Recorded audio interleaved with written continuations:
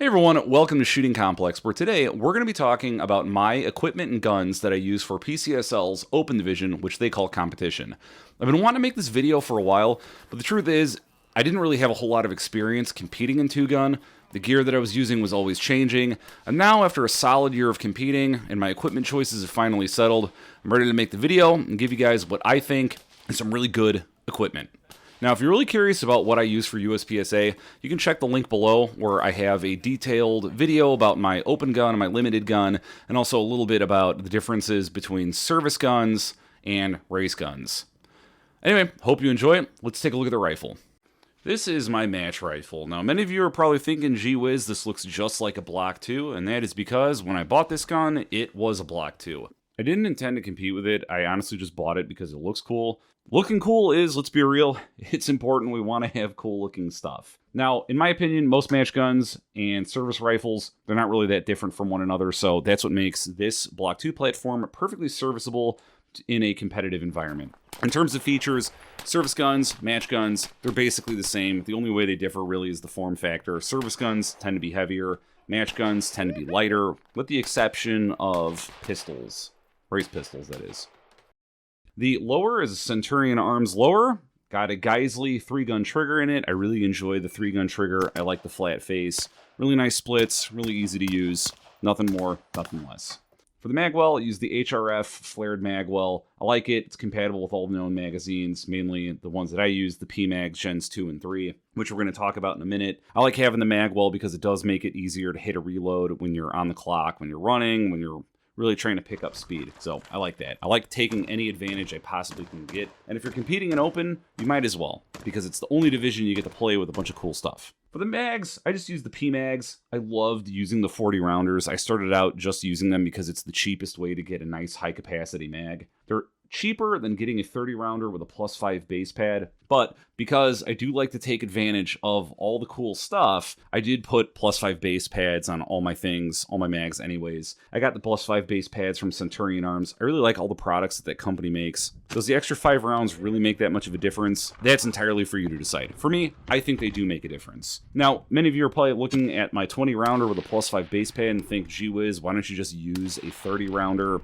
I like having the small form factor. A 20 round with a +5 base pad is still smaller than a 30 round mag. I had the idea for this when I started shooting stages that had angled surfaces like those fake roofs you sometimes see people train on. Having that 20+5 allows you to still mount the gun on a really slow angled surface, or like a larger 40 round mag you'd have trouble getting it on. So I really like that. The +5 really does make a difference sometimes on making those distance shots. So to me, I like that setup. Let's focus on the optics of this gun. This is the aspect of my match gun that has seen the most evolution. Every iteration of the optics has expanded the capabilities of this gun. So at first, it started out as just my Aimpoint Comp M5 on a ScalarWorks 1.9. I really liked the heads-up position that the ScalarWorks provided. However, there wasn't really just a straightforward way to mount a magnifier behind it, and honestly, I just didn't like the way it looked, so I replaced it. The next iteration was a Knights Armament high-rise with the Aimpoint Comp M5 and an EOTech G33 behind it. I love that setup.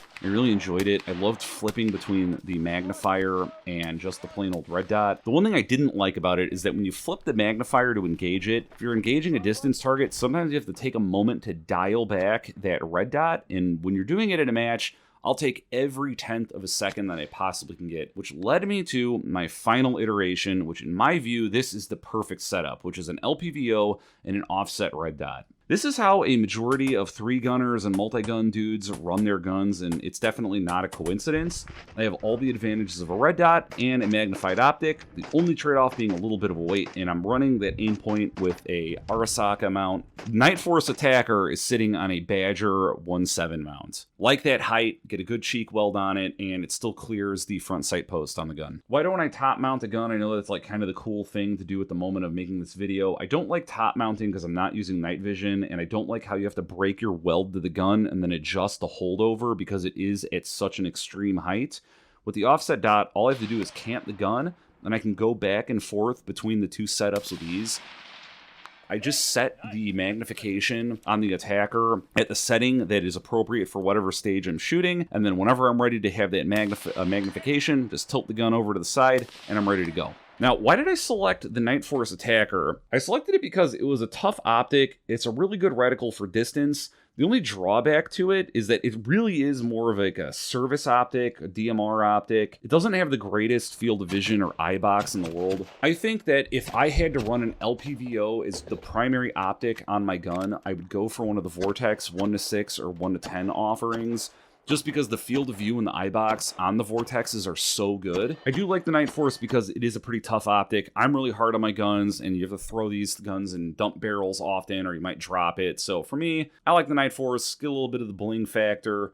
So to me, pretty cool. Other aspects of this gun, I have the Knight's broom handle mount. Really like the broom handle mount. Didn't run that initially, but then when I started shooting on more barricades and other kind of surfaces that I had to brace against, I added it there. I didn't know if I would like it. Honestly, it works out really, really well, so I'm going to keep it for the time being. Suppressor, I have a Surefire Mini RC2 on it. I think it's a pretty good suppressor. My only gripe with it is that it's pretty high back pressure, and when I can't, the red dot over, some of that gas can get blown in. I'm not really concerned with signature reduction because I'm not in the armed services. I really just care at this point more about less back pressure, so I think if I was in the market to buy another suppressor, I'd definitely go with a flow-through one at this point. Do I care enough to spend the money to get a new one? No. That does it for my rifle. If you got any questions about it, let me know in the comments. For the handgun portion of 2-Gun, I use a Glock 34. There's not really much more I can say about how reliable, dependable, and how big the aftermarket of Glocks are, so we're just going to start top to bottom and what I have on this gun. For my sight, I have an Aimpoint Acro P2. I really like the enclosed emitter. Oftentimes in 2-Gun, I go prone. Dirt, mud, rain, all sorts of stuff can get in it, so having that extra layer of protection with the enclosed emitter, keeping all that stuff out of the emitter and the glass, I really enjoy. Right now I'm having a problem with my aim point, it's having battery drain, I'm getting it RMA'd. I will keep you guys up to date if they corrected the problem. For the iron sights, I do have Dawson iron sights on here with a blacked out rear, front fiber optic. I don't really shoot irons with this gun, but just in case I ever wanted to do, I decided to replace the factory OEM sights. I like the blacked out rear and front fiber optic because I'm used to shooting that for my limited setup in USPSA. Factory barrel, stainless guide rod that is uncaptured. I don't really think the stainless guide rod makes that big of a deal.